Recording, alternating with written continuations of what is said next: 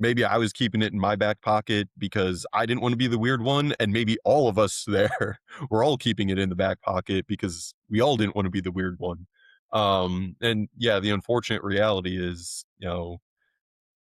I couldn't tell you if they were Christians, and they probably couldn't tell you if I was Christian at the time.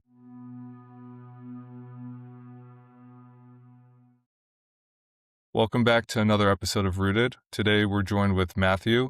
He's a Lutheran influencer, and when he's not influencing on Instagram, he's doing some firefighting. Matthew, if you want to give a brief intro and then we'll get started. Sure, appreciate it. Yeah, my name is Matthew. I was born and raised in the LCMS. My dad is a Lutheran pastor. I've got an uncle and several cousins that are Lutheran pastors. So that's been uh, really a core of who I was growing up, um, especially for those first 18 years of my life.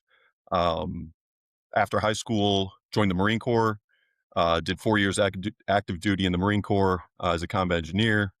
Went to college at UW-Madison, studied business there, and after that, got into firefighting. Moved down here to Tennessee for that job, and that kind of brings us to the present. Very cool. And I know when you moved down to Tennessee, you met your now wife. My first question I'd ask you is, along that journey, she was from a Catholic background. You're from a very strong Lutheran background. Was that challenging to navigate? What did that look like? That was definitely a challenge, and honestly, one of the things that made it so difficult is we hit it off so well in every other way. Personalities blended so well. We had so much fun together. We were so happy together. And there was just this difference in faith that both of us thought was really, really important to address in order to move forward together, because we were both committed to having a shared faith household. Um, and I tell you what, for months and months and months, we prayed about it. We talked to Lutheran pastors, Catholic priests. We did research. Um, Quite honestly, when we first started that process, I approached it as more of a debate. I was trying to kind of win for the Lutheran position, and quickly came to realize that where I saw it as comparing the two faith traditions, it certainly came across as more of an attack.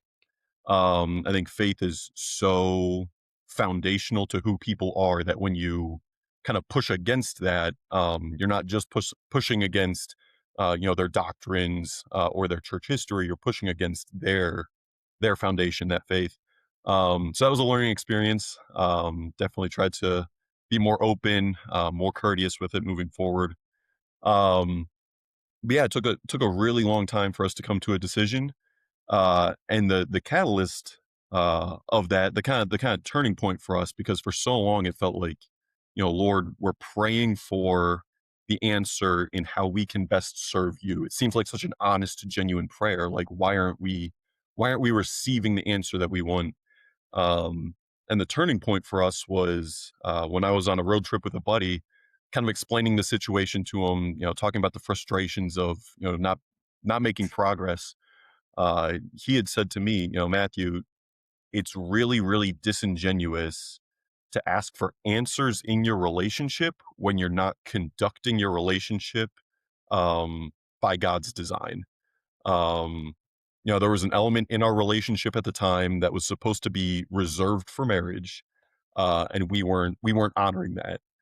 Um, so I sat down with my girlfriend at the time, and said, "Hey, look, I really think we need to stop this behavior if we want to genuinely approach the Lord with this request. If we want to say, hey, we want the relationship you have in mind for us, we need to conduct it that way." And it was incredible that evening. We made a step forward into the Lutheran Church in faith. Um, and the two things, if someone else is in this similar situation, that I would encourage, um, one, even as we made that step forward, we the prayer continued to be, Lord, if you have another plan for us down the road, please help us discern that and give us the strength to pursue that. Um, to kind of remain perpetually open to God's will and God's plan, gave us confidence to move, one way or the other. The other thing I think we both really appreciated, even in the more frustrating times, even in the more um, confusing, period in this process, was I really, really appreciated that we were both committed enough to our faith that it wasn't an easy decision. Um, and for me, that was really important to identify. Um, because if she had just said, yeah, I was raised Catholic, but whatever, we can be Lutheran, I think we are on much uh, firmer ground now because of that conviction we both brought to the conversation. Um, but a long journey, stressful, frustrating at times, but it's definitely opened us up to be able to have these kinds of conversations with people who are maybe just starting down that path.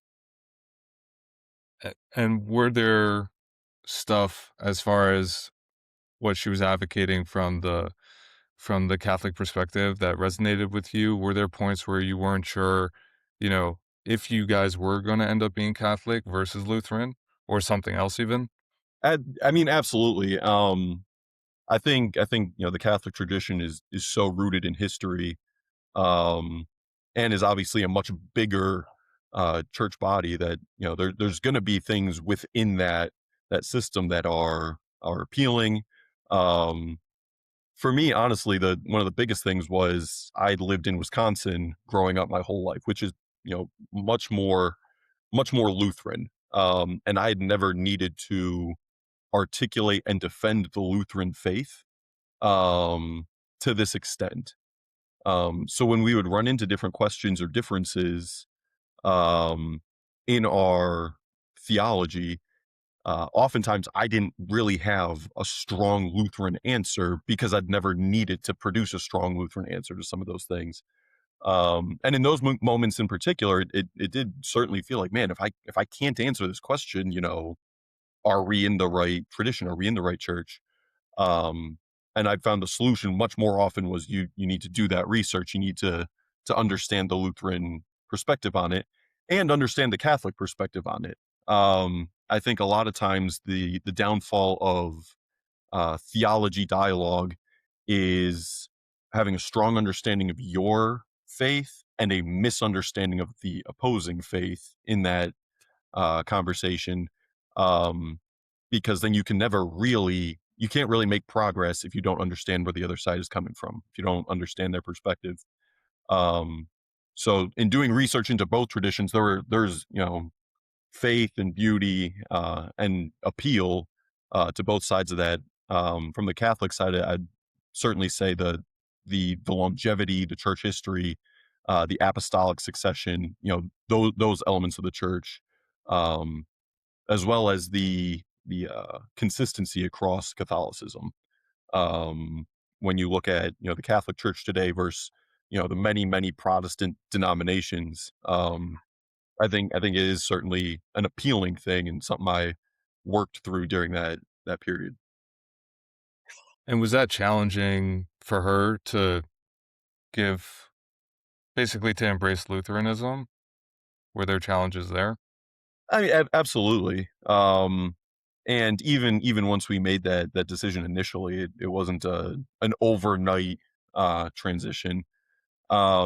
I think when you look at Catholicism and Lutheranism side by side, what you'll find is, for me, had we become Catholic, um, I would have needed to add a lot of additional doctrine and dogma into my belief system. Whereas for her, coming from the Catholic tradition, um, you're kind of taking away some of the different practices and beliefs. Um, and from my perspective, to add on new things to a belief system would have been a more difficult transition. Of course, that's just coming from my view in that. in that conversation, that series of conversations. Um, but I mean, it certainly was for her a challenge, and I think my approach to that, even after we said, "Hey, we're going to move forward in the Lutheran Church," um, was to check in on that periodically to say, "Hey, it's not wrong of you to still be clinging to some of these things, to still be, believing some of these things that are exclusive to the Catholic Church that you don't find in the Lutheran Church, and to trust God in this process uh, to bring you into the faith that He has for you." Um, and so it was a slow thing, but ultimately we're at a place now where we are both confidently in the Lutheran Church. And that car ride that you were talking about, was that the moment where you guys ended up embracing Lutheranism as a couple? Or is that more so just a moment with, reevaluating the dynamic of the relationship and reevaluating how you're connecting with God? So yeah, that car ride, that was a conversation between me and a friend of mine. And after that road trip, came back and my wife now and I sat down. Um, and that moment really was, it was a pivotal moment. The conversation that we had, because I came to her and I said, I think we need to stop this behavior, and she actually said, yeah, I've been feeling kind of the same way for a couple of weeks now. Really been feeling the same draw to say, hey, we need to um, kind of conduct our relationship the way we're supposed to. And so it was absolutely like that first step towards the Lutheran Church. I think we were kind of at a crossroads for a long, long time. And the frustration was, we don't see any end in sight. We don't see ever kind of making that decision one way or another. And it was such a powerful, powerful thing for us because we finally did make a definitive move down one of those paths. And I'm assuming that moment there was about intimacy. Yeah, yeah. Yeah, so the, So the the physical intimacy in our relationship that, from the Catholic and Lutheran perspective really isn't supposed to be there um prior to being married. So, what would your advice be to other people, in our generation who, I mean, it's very common, to be in relationships that, I don't know, it could go on for years where you're just dating, right? So, what would your advice be from your experience for, you know, people in our generation nowadays in navigating that? And my faith and my approach to it has certainly, progressed over time. It's really evolved from the time I was, 18, 19 years old, in the Marine Corps, and where I am today. And I often feel hypocritical in saying, don't do what I did for years, and then finally came to realize, hey, this is the way I'm supposed to be conducting myself. At the same time, you know, from the Christian perspective, from the biblical perspective, that is what we're called to do. I think the testimony that my wife and I have into submitting to God's will and Him answering prayer. Um, is something that I have presented to people in similar situations. Um, but ultimately, the question is, who is it that you're willing to offend? Would you rather offend the world, or would you rather offend God? I think in a lot of these different scenarios, you talk about like in our world today and how people conduct themselves. I think a lot of times people know what the right thing to do is, and they know that they're choosing what's not necessarily, um, you know, the Christian approach to these different things.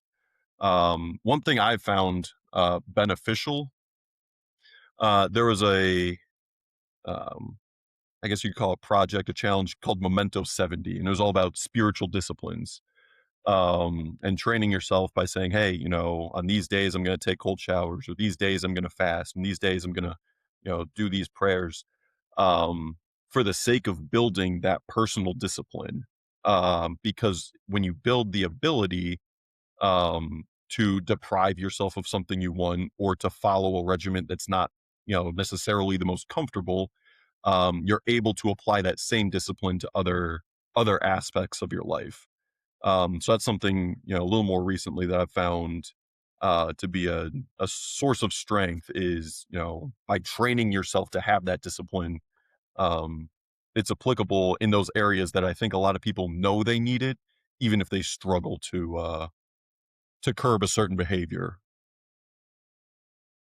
Yeah, I don't know how long you guys went from that point till marriage, but 8 months. yeah. Wow, okay. That's a pretty long time. Yeah, it was a pretty long time. Yeah. So what were you leaning on during that time? um, I think talking about it together was really, really helpful. Um, I think a lot of times, we will make promises to God or, kind of internally try to make these changes. Um, but because, you know, things don't play out in our life in a flash of lightning, cloud of smoke. I think a lot of times people will make these promises like, God, I'm going to try to stop doing this. And when you go back to that behavior, there's not an immediate consequence necessarily.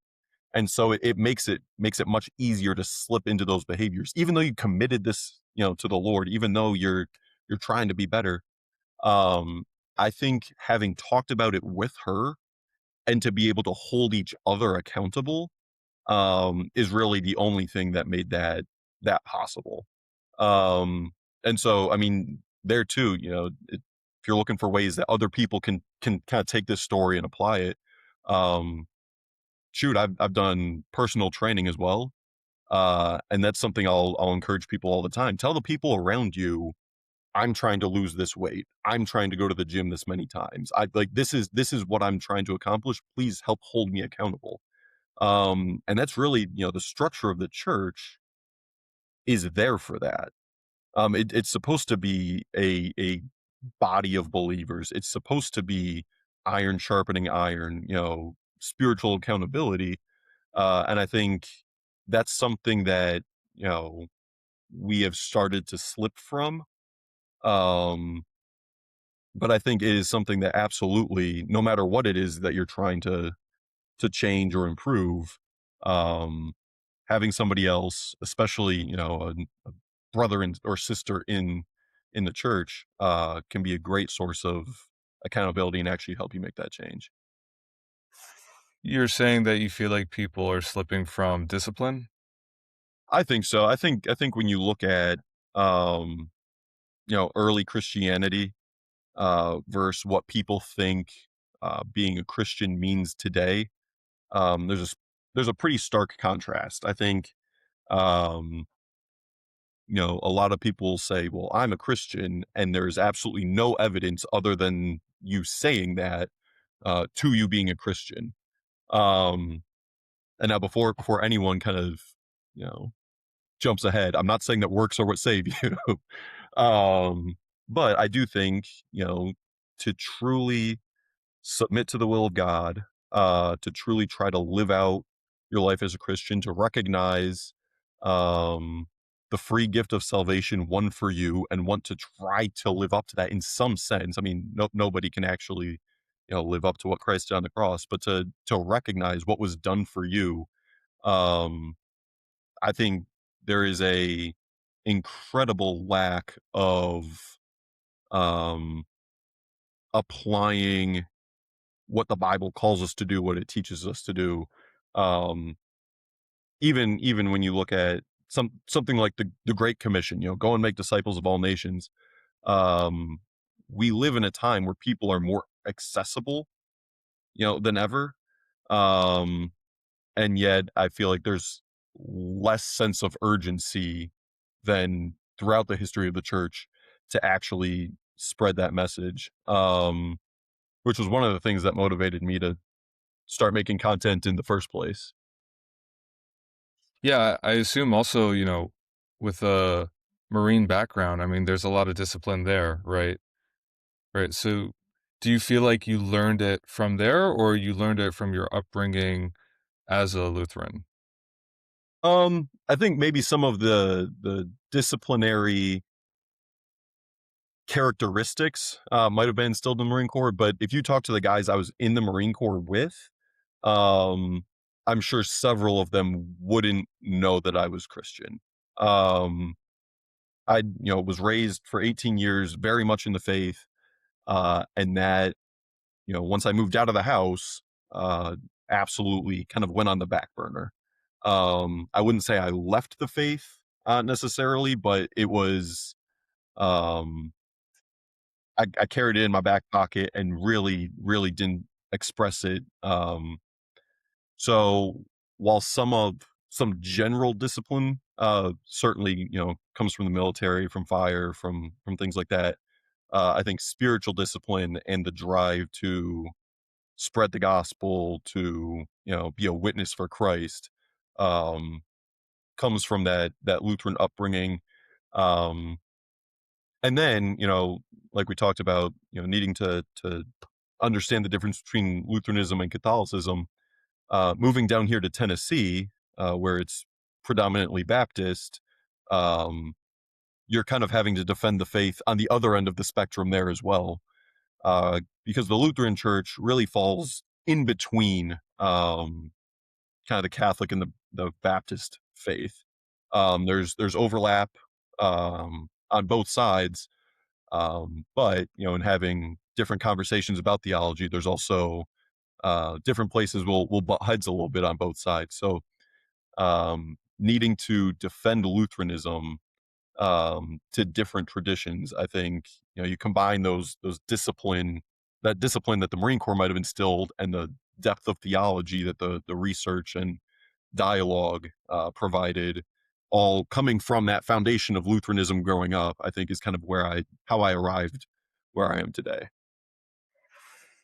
And you said it was on the back burner after 18, army, everything. Do you feel like you were hiding it? Like this was not something that you wanted to talk or discuss with other people, and that you wanted to just be looked at as like a human? Or like what was your thoughts there? Yeah, I think between 18, and I think a lot of Christians experience this between 18, now I just turned 29, in that age range, um, social acceptance really kind of takes priority over um, putting yourself out there, putting your faith out there. In the Lutheran Church, we have what's called confirmation. Um, and baptized as an infant, but then for us in eighth grade, it's a declaration saying, yes, I'm affirming the faith I was baptized into. And when that happens, we received what is our confirmation verse, mine being Revelation 2:10b, be faithful even to the point of death, and I will give you the crown of life. um and it's interesting how that verse has kind of taken on new meanings for me as I've gone through life. In the Marine Corps, that even to the point of death really really seemed like, oh yeah, I'm going over there to do the Marine Corps thing, and I might not come back, and I'm gonna carry this faith with me. But in reality, it was really in for myself. I carried it with me, internally, never really externally. um and then going into college again, that social acceptance piece, that verse, be faithful even to the point of death, that kind of even to the point of took on new emphasis, because it's not even to the point of embarrassment, it's not even to the point of fitting in, it's even to the point of death. And so I think in college that I really did start putting myself out there a little bit more, as far as, I'm a Christian person. I'll wear Christian apparel on campus. In a class dialogue, I'll defend, the existence of God in this, very, kind of anti-Christian environment. Um, and now for me being somewhat recently married, be faithful uh, takes on a new meaning, like that faithful aspect. Be faithful. My wife and I entered into a covenant before God, and that faithfulness that I'm called to um, have for the Lord, I have in this covenant I made before God as well. Um, so yeah, I mean, my faith has definitely presented different in different stages of life. Um, but I am thankful that it was always there uh, to some extent, um, even if I wasn't necessarily living it out to the extent that it should have been. And you were saying on campus there was a anti-Christian environment, and yeah, you started wearing um, stuff that identified you as a Christian. So was that was there something that provoked you wanting to start doing that? And then, was that what was that experience like? Um, I took a class on contemporary moral issues pretty early on, and a lot of them, here are two sides of this argument, and it would end up being me against the class, basically collectively, um, which I was in a you know kind of a unique position, having done 4 years in the Marine Corps, being a couple years older. Like I was just fine in that setting, being the only one advocating for the existence of God or different Christian values. Um, but I think recognizing the overwhelming opposition to not necessarily Christianity specifically, but Christian values and Christian teaching. Um, the idea that there would be somebody that wasn't a Marine Corps veteran, but is maybe instead 18, 19-year-old on campus that feels a little overwhelmed and intimidated by this mentality, um, and is susceptible to being swept up by that mentality, that just the visibility of the faith could be an encouragement for. Um, and that really was my motivation to throw on a hoodie with a cross on the back. Just not necessarily striking up conversations, not necessarily converting. Like it didn't need to be that deep, but with the hope that if there is that kind of lukewarm Christian, maybe on the verge of saying, you know what, I'm just going to give it all up because nobody around me shares these views. Um, might even be a little encouraged by that. And, there was some level of defiance there because, I had the arrogance of being a military veteran. And, if you want to be some 18, 19-year-old frat guy that wants to challenge my faith, like, come get in my face all you want. This isn't going to go well. But no, I think that was one of the little turning points for me, for being more outspoken about the faith and um, wanting to be public about it. Did you have any experiences on campus where anyone challenged you about it? Um, not physically, but there were conversations. There was pushback. Um, I would say more so in classroom discussions than one on one. I think people do feel a sense of like safety and security when they're arguing with a group behind them, as opposed to trying to have a one on one dialogue. Um, but nothing extreme. I was never getting uh, physically confronted, or no one was ever screaming that my faith was this or that. And when you were having those conversations in class and whatnot, did you ever question your faith? Did you were there any arguments where you're like, "Oh, that's an interesting point," or like what were you leaning on, during that time? Um, I mean, honestly, being these like in a situation where it's like 1 on 20 in these conversations, I think really makes you dig in your heels a little bit.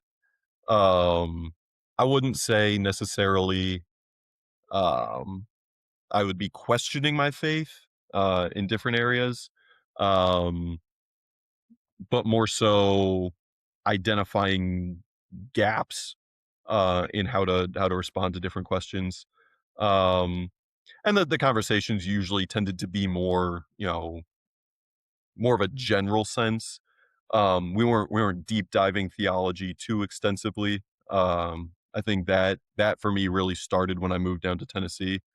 Um, but a lot of it was maybe a almost defiant, I'm going to defend this because I believe it, and if you guys are offended by it or don't like it, so be it. Um, but it was certainly a unique experience.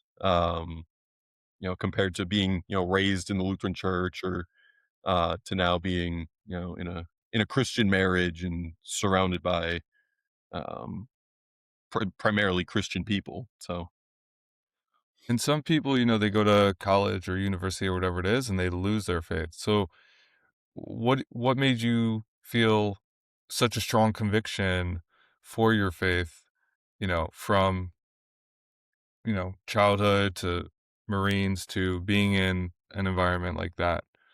Was there anything in particular that, you really connected to within the faith? I think more so than a change in my own faith experience. I think being 4 years older than most people there, um, not having the same draw into like the Greek life and things like that. Uh, I just I was in a beneficial position not to be as drawn by the social acceptance dynamic of college. Um, my friend group while I was there was primarily other military veterans, um, who also had that benefit of being a few years older and not getting nearly as sucked into the college life, college mentality. Um, and so yeah, I think that was definitely beneficial as far as uh, keeping the faith, because like I mentioned, it was not nearly as strong or thought out as it is now. Um, and so that was probably one of the primary drivers, was having just the age and life experience to be able to separate from that very collective college mentality that I think a lot of people get drawn into. So that first time you put on your hoodie, did you feel any anxiety or anything there? Um, I don't know about anxiety. I was a little more aware of passing someone on the street. Maybe they didn't notice at all, but there was just a little bit more of a, hey, all right, I'm out here doing this. And I'm guessing 99% of the people I walked by didn't even take notice. But I think more so than like really having an impact on the college life around me, I think it was um, a helpful identification of my own convictions within myself. Like I mentioned, for so long it was in the back pocket, and then to kind of realize, you know what? No, I am still doing this. I am still um, Lutheran. I still believe um, you know in Christianity. Um, and so I think probably more so for my own benefit, uh that was a somewhat pivotal moment. And yeah, so when you say it was in your back pocket, did you still feel like you had this personal relationship with God throughout all this time? Um, yes, yeah, but again, it was so, all of it was so internalized. Um, like throughout my 4 years in the Marine Corps, I went to church a handful of times. Um, it was a little bit easier in college. I probably went a little bit more frequently. Um, but it felt so much like something that I can come back to when it's convenient. Like I'm maintaining it to the point that, all right, if I need it, I can tap into that. But when you refer to it as like, did you have that relationship with God? Um, I mean, that really, in my mind, is not a relationship. Um, it's I want the benefits that you're providing, but I don't want, the um changes to my life that are supposed to associate with it. So, um if it was a relationship, it certainly wasn't a good one.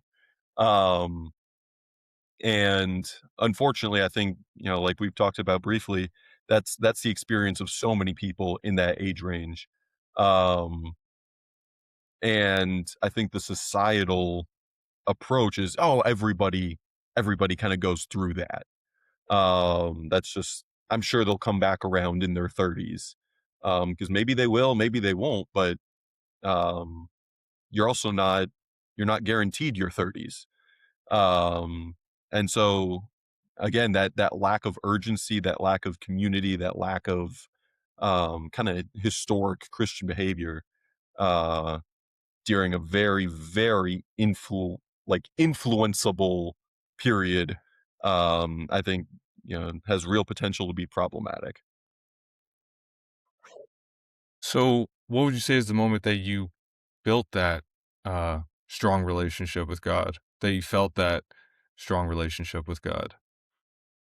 Um, I think, like, where I am now in my faith, where it is the primary driver of everything I'm doing. Definitely was rekindled here in Tennessee. So after college, moving down here to take a firefighting job, um, and through being challenged by these other traditions, through being so committed to my wife that we needed to do, months and months of research and prayer. And um, they say that engaging with the Bible, engaging with, Christianity, um, 4 times a week has measurable impact on your life. And I'm not sure what it is about it being 4 times. So if it's once a week, twice a week, 3 times a week, there's a little bit of influence. For whatever reason, that 4th time per week, there's a spike in the impact that has on your life. And I think the different circumstantial situations I was in with different people and um different priorities, really pushed me into that. Yeah, I'm engaging with, the word of God and doctrine and faith at least 4 times a week, really to a point where I was engaging with it daily.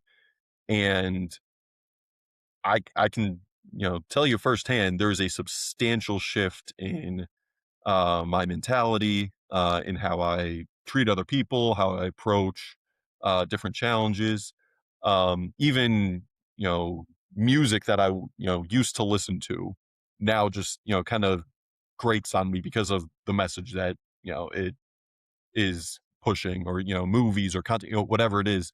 The things that I'm watching and listening to um are now through a different lens, and that I think for me has been one of the biggest measurable, noticeable changes.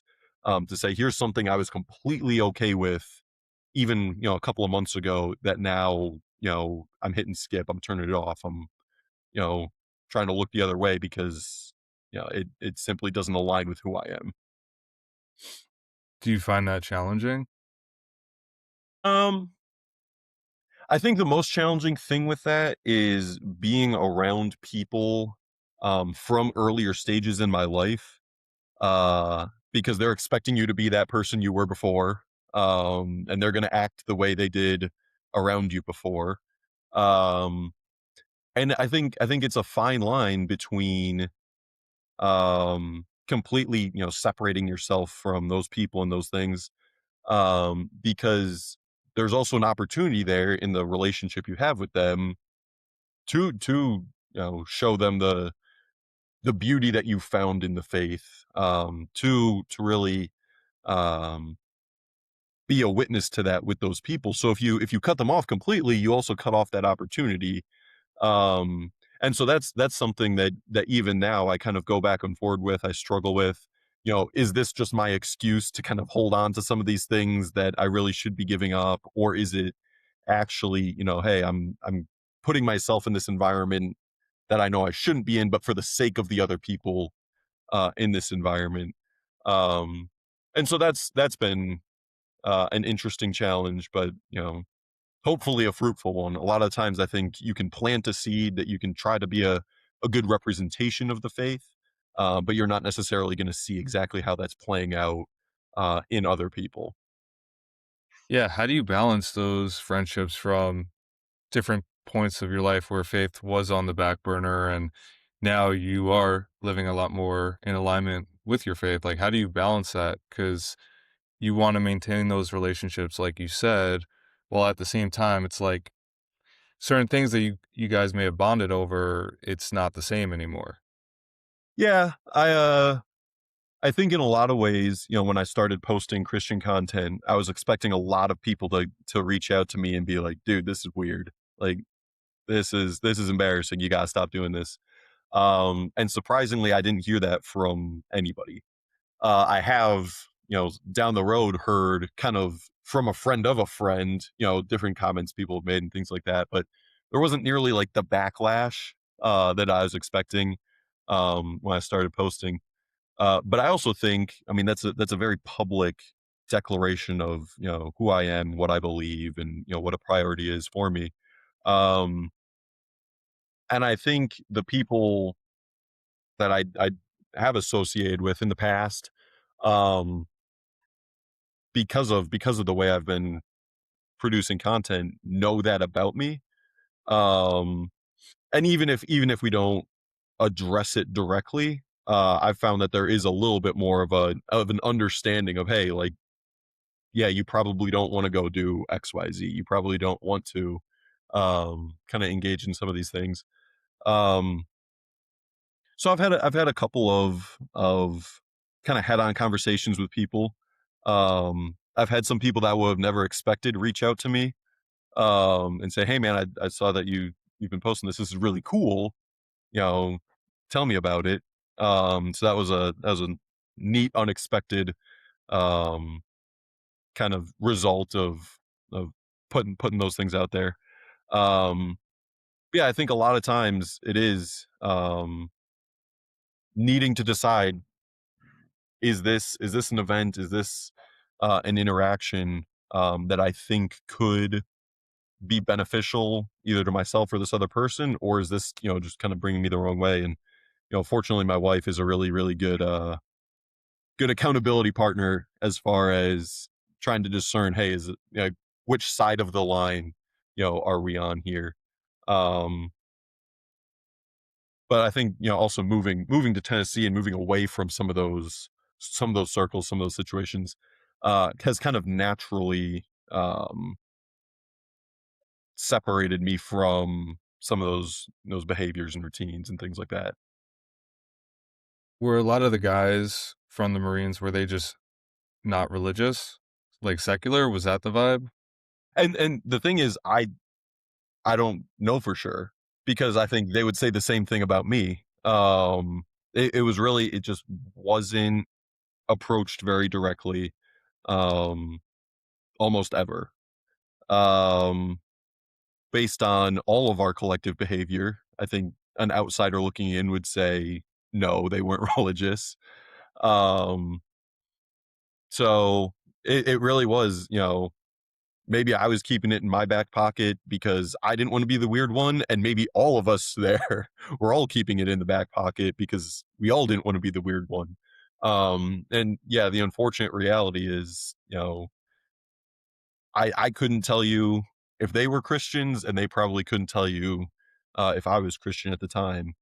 Um, I do know, a couple of guys that were really, really outspoken about their faith, and it did ostracize them, a little bit in those circles, even with me, because I'm so committed to being in this circle that even as you're, you know, being more proactive and outspoken about your faith, I'm choosing this group over here, um, which is unfortunate, and it's something I've had to learn from, and um, hopefully they're still still doing well and being better than I was. At the time, what made you feel like what they were saying was too much? Again, I think it was such a um kind of non a topic that was so rarely approached that to bring it up at all was, surprising. Um and yeah, I think, the military is such a, kind of conform or, get out mentality. Um that I definitely conformed to the military expectations. And so to see somebody that wasn't doing that um was just, a little jarring, little, you know, outside of the expectation, outside of that core mentality. Um but if I could go back and do it again, I definitely would have approached that a little differently. And you said when you went to Tennessee, you were having to defend your faith against Baptists. What Mhm. did that look like? So the biggest difference between the Lutheran understanding and the Baptist understanding is in the sacramentology. Um, that baptism is just a outward reflection of an inward change. That the Lord's Supper is just a memorial. Um, and again, I'd never really had to have a conversation saying, "Hey, this is what we believe and why, and this is what you guys believe and why." And I think the first couple of times I did, um, here are my verses that I cite for my view, and here are your verses that you cite for your view, and neither of us can say that those verses are wrong.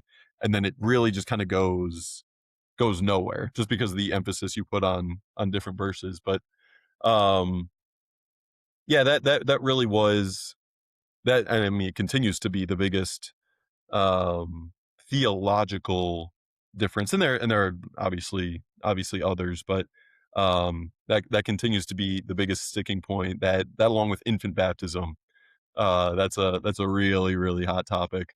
um but at the same time, I really appreciate, the sense of community Baptist churches cultivate, the sense of mission that their churches really push.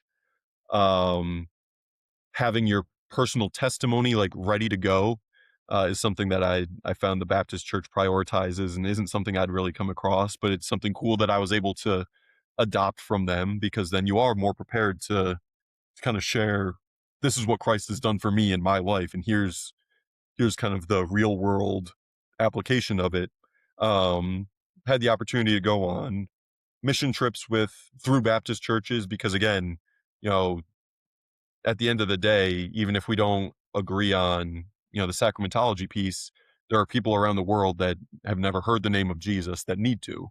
And to be able to be a part of that, as fellow Christians instead of, as divided denominations, was a really cool experience.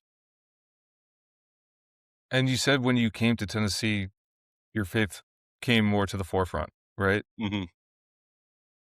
What was the reason for that? Was that just the conversations with different denominations?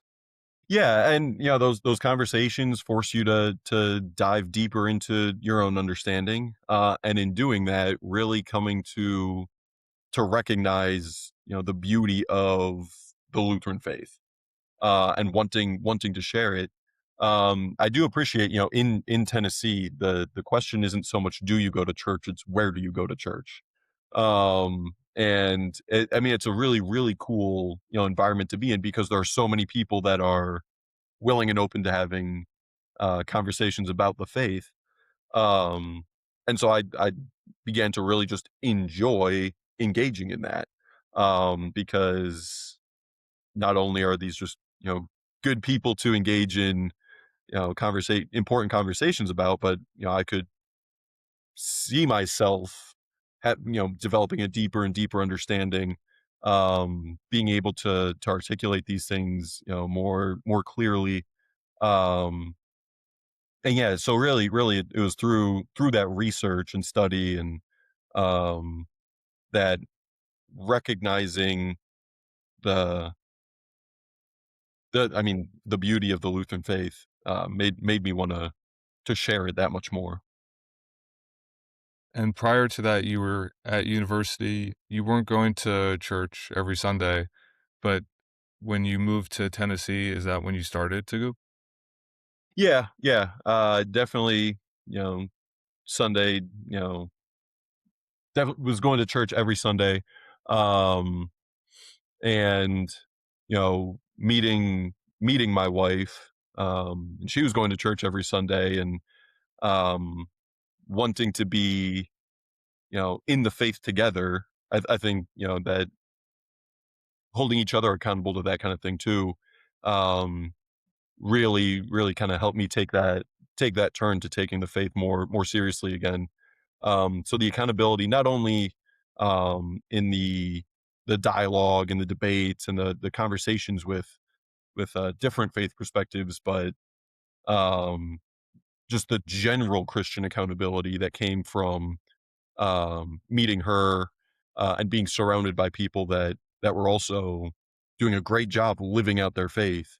Um, was a motivating thing for uh, kind of putting it back in the forefront of the way I lived. Did you guys meet? We met on a dating app. So I had just moved to Tennessee, didn't know anybody when I moved down here. Um, and we met like 2 weeks maybe after I moved down here. Really hit it off. And yeah, it was awesome. She had a built-in friend group for me to join, and it was somebody to go explore, the city with and everything like that. So that really made the move down here uh much better.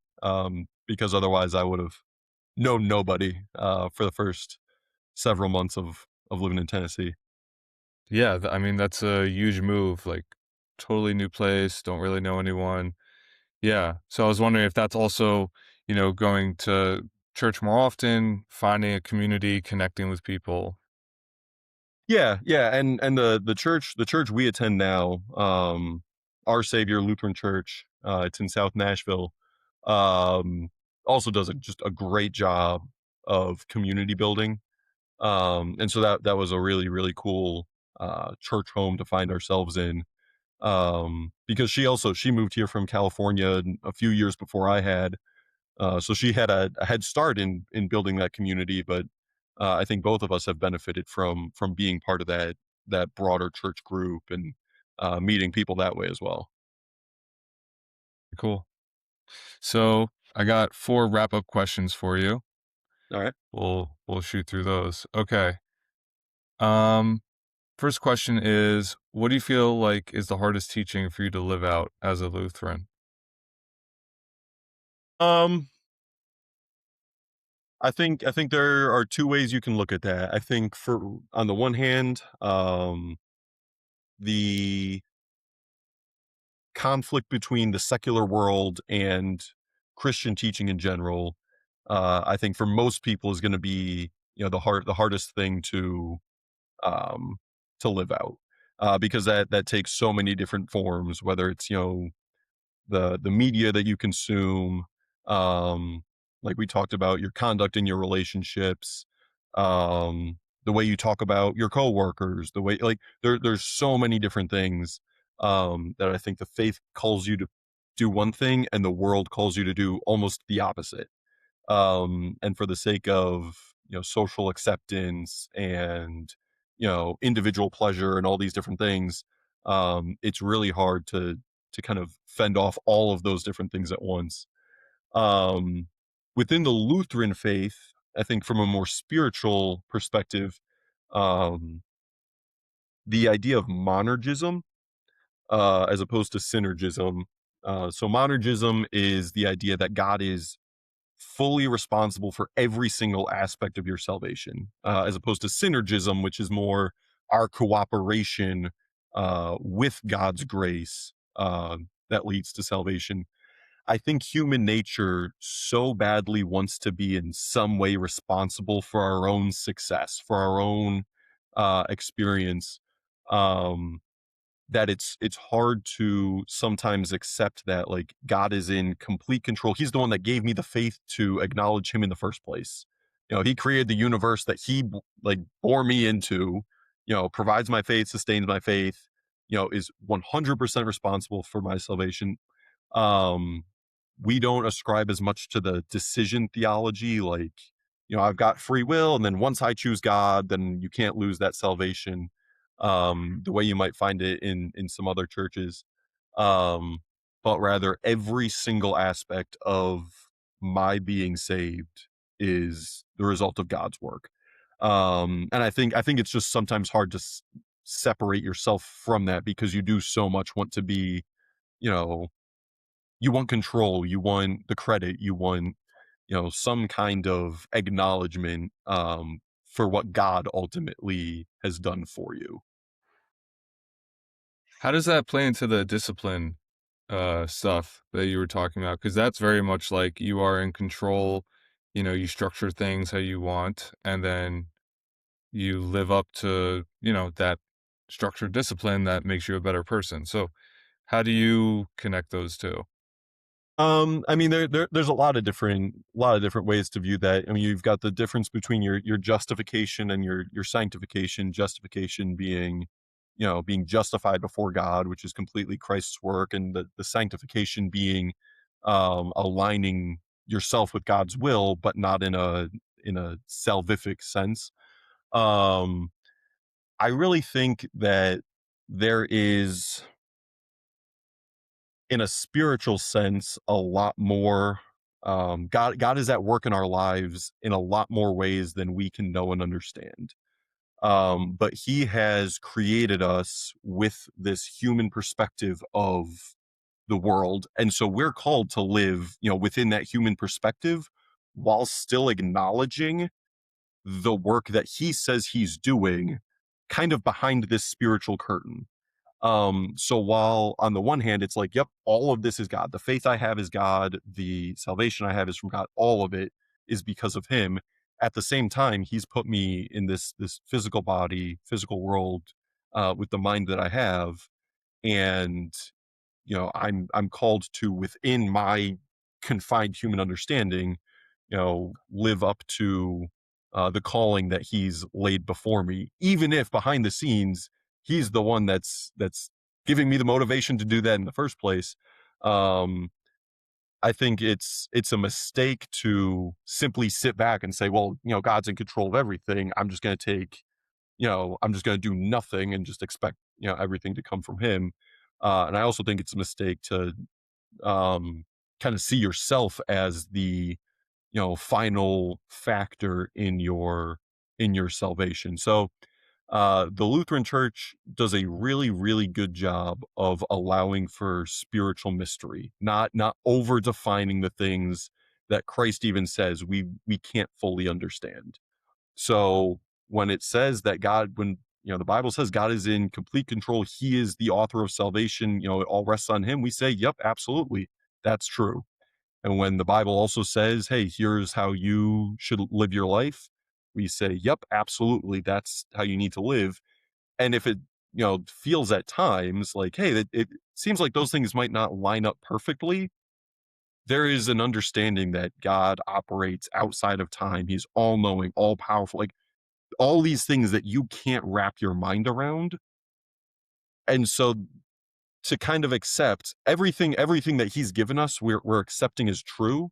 And where there might seem to be a disconnect, I accept it seems that way because I have a limited human understanding of His plan and His creation. Does that come into play at all when you're balancing those two things? Um, well, I think the nice thing is, when you do try to balance these different things, the answer is ultimately just submit to the will of God and recognize that He's the source of your strength and salvation, and you know move forward accordingly. You know, finding your assurance in Him. And I mean that ultimately that's the approach to life. That the assurance of your salvation rests completely in the completed work of Christ. Um, and to thank him for the opportunities you have to do his work for his glory by his power. Like, ultimately all of it just points back to him. Okay. And I'm going to slip this one into the closing questions, but I'm curious, what does your daily practice look like? Just as a Christian in general. Yeah, or yeah, like how would you say on a daily basis, could be on a good day, could be on a bad day, you Mhm. feel like you're connecting with God. Like those like Instagram videos of like a day in my life kind of thing. So, yeah, how would you answer that? I think one of the most important things on a daily basis is to pray out loud with my wife. I think I've seen a couple different statistics that that is the number one indicator that a marriage will stay together. Um, and I think it's really important to have a structured approach to prayer, because that's something that's really easy to neglect. Um, I read recently in the Didache, which is one of the earliest kind of Christian writings. It's like the handbook to Christianity. That they say you should pray the Lord's Prayer 3 times a day, kind of a morning, afternoon, evening, to keep yourself in that headspace of living for God. Haven't been perfect about it, but I mean it's been a cool thing to try to incorporate, to try to be better about. Um, and I think in a lot of ways, since I've turned this corner into prioritizing faith, um, I see that playing out in daily decision making. Um, so a lot of times, what might have been the more selfish, but self promoting decision, knowing that that isn't the Christian decision, you know, more and more often I find myself choosing the Christian option uh, when it comes to all kinds of different things in daily life. Um, like we talked about, church on a weekly basis. Um, posting Christian content is a pretty ongoing um, thing for me. Whether it's recording or editing or even just coming up with different ideas, really has kept me in the faith, kept me researching, kept me developing in those aspects. So my wife and I will be on walks or something from time to time, or on a drive, and she'll look over and she'll just say, "You're thinking about something theology related, aren't you?" I think at this stage of my life, in this season, that oftentimes, yes, is the case. Kind of going over some debate, or going over some aspect of the faith, and just excited to dive into it further. So it really, on a daily basis, has kind of a place in my day throughout the day. Yeah, I saw something you posted recently about the pelican. Uh-huh. Yeah, I'd never heard of that. That was pretty interesting. And it's little things like that that I've Yeah. just enjoyed so much. There's so much rich, diverse, unique, interesting Christian history, um, that in learning about it, you kind of get this sense of shared Christian unity, um, with the body of believers that has continued to grow since the time of Christ. So um, it's been an awesome experience. I'd recommend deep diving to anybody out there who is interested in theology. Uh, I've seen nothing but good come from it in my life. Curious, how do you deep dive? Is it like you just like get some ideas, you talk to AI, or you talk to like you just search different stuff on Google and then you find some leads and go from there? I think a lot of it comes from, pick a book, pick a podcast, pick a debate, these different things. And in going through that, you come across all kinds of different jumping off points. I recently read Jordan Cooper's book, Lutheranism for Non-Lutherans. And as I was going through that, even every time you come across a word that you don't really know, or he references a council or doctrine that you're not super familiar with, you go and look that up, and while you're looking that up, you're drawn over here, and then you want to hear the counter argument, and um, it's been a cool experience. And the thing is, there's no end to the amount that you can continue to learn and explore and uh, try to articulate. So um, at least as of right now, it's not like, all right, yeah, I'm just about done with my Christian study. It's like that's going to be a lifelong pursuit. Yeah, it's a good thing. It's also frustrating, because there's It so is, much. and because so many of the answers, like you can try to develop a really strong understanding, but so many of those answers, you won't know until you're able to ask them face to face. Mm. Okay, so now I'm gonna get back to the 4. So we did the first one. Okay. Second one is, what do you feel like outsiders misunderstand most about specifically the Lutheran faith?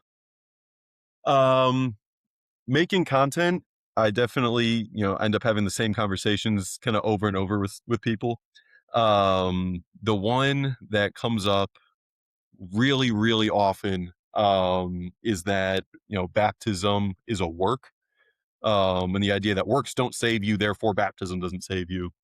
And I think that's so funny because I think in the like Baptist and non-denominational communities, they see baptism as like an ordinance, something commanded by God, and that therefore you're called to do it. In the more historic um, Christian traditions, it's seen as a means of grace, like a delivery system through which God um, offers His grace.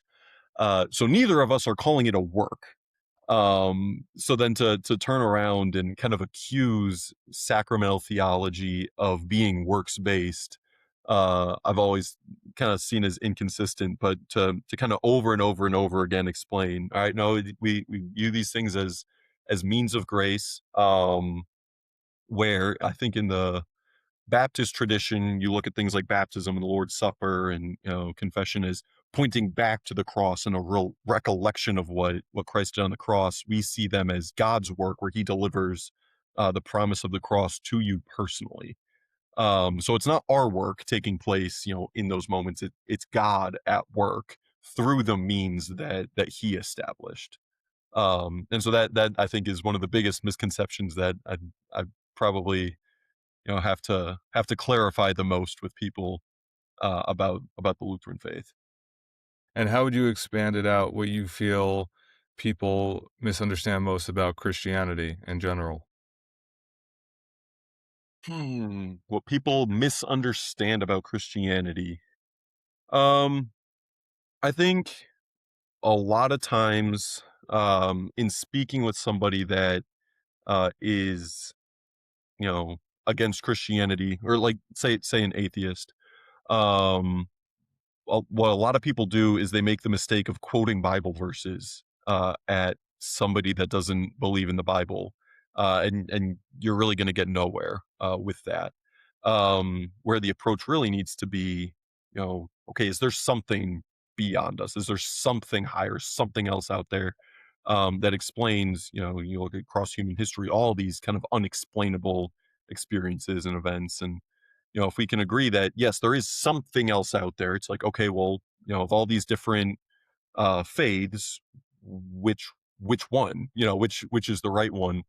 And so many faith perspectives point towards Jesus as, a way, to enlightenment, a way to perfection, a way. But then, Jesus refers to himself as I am the way. Um, and so I think a misconception of Christianity is kind of like it's just one religion among many. It's like, I don't believe in all the gods, and you don't believe in all the gods except for your one. We're not that different. I think if you actually understand comparative religion, and the historical and theological grounds that Christianity is built on. I think a misconception is that it's just one religion among many, and I think the evidence is overwhelmingly that that's not the case. Okay, number 3. How would you describe your ideal vision for the world? This is, past messianic era. This Uh-huh. is, what does that look like? Like you wake up on a Tuesday, what does the world look like? Um, I mean, I can give you some kind of utopian picture of everybody being Christian and living harmoniously. Um, I think in a much more realistic sense, there has been a significant um event in Christian history about every 500 years. Between 450 and 550, you really have the development of the office of the Pope. In 1054, you have the Great Schism between Orthodoxy and Catholicism. 1517, you've got the Reformation and the birth of Protestantism. And now here we are 500 years later. And it's just like, all right, we're due for something. Um, and I think ideally, uh, that Christianity would increase the sense of urgency to reunite. Not necessarily, okay, we all have to be Lutheran or we all have to be Catholic, but to start to right the ship, where I feel like we continue to drift apart and, view each other as enemies and, throw accusations across denominational lines. I think there are real external threats to Christianity, and we're spending all our time and effort focusing on our internal differences. And unfortunately, while the the higher offices of all these different denominations, I'm sure are constantly, working on, you know, where can we align more theologically. There is not a broader collective sense from Christianity as a whole that says we need to be on the same team. Um, it's not going to happen overnight. It's certainly a long process. But correcting one another, in love and truth, in open dialogue, with the willingness to be corrected, I think is the direction Christianity needs to go. And that's not one declaration that all of a sudden everyone's aligned with. It's a million smaller efforts that I think are going to help right that ship, um, which is one of the motivations for me for posting, to be able to post with a tone and a narrative of charity and Christian unity and understanding and patience, while still being committed to sound doctrine and biblical Christianity. And let's say all that happens, and let's say it's really the ideal world, right? Jesus comes back. What does it look like a week or two after that when you wake up? Like for you, what would that what would that be like? What A would week or reality two be like? after Christ's return and the final Yeah, judgment, hopefully yeah. that's waking up in heaven. And it's just like, you know, um, and there's all kinds of different understandings of like the progression of those of the end times, and Mm. is this judgment where all the believers are brought into heaven? Is this the new earth that the Bible talks about? But I mean, yeah, I mean, a shared unified faith. I mean, if Christ has returned, then the clarity of what the faith needs to be, you know, will have been revealed. I mean, that at that point we're looking at perfect unity with Christ and with one another, and a restoration of God's design. So I think so often, in our prayers, um, in our desires as a Christian, you say, what do you think the world should look like, or what do you think it would look like? I think the answer so often needs to be, I pray that it's, according to God's will, because that's going to be so much better than anything I can articulate or come up with for you. Um I think that that really needs to be a refrain from the Christian perspective. You know, even closing prayer, like Lord, you know, this is where I'm at. You know, this is what I'm asking you for. This is what I'm thankful for. But not my will, but yours be done. Please give me the, you know, the discernment to know what that is and the strength to follow it. So whatever you know, perfect Christianity looks like, I think the response really ought to be like, you know, whatever the Lord thinks that should look like, and I can't wait to be a part of that. That's fair. All right, last question. How would you describe God in one sentence?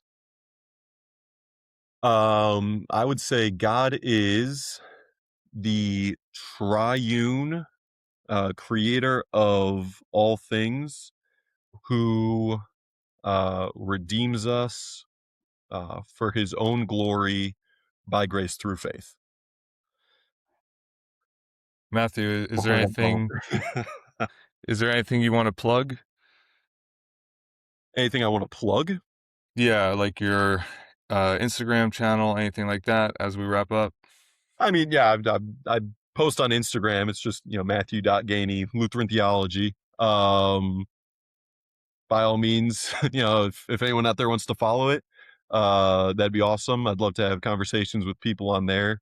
Um, I try to be really responsive with DMs when people have questions about the faith, and that's been the coolest aspect of posting for me, is being able to connect with people one on one in a more meaningful sense than posting a video that says I'm Lutheran and having somebody to tell me to submit to Rome or something.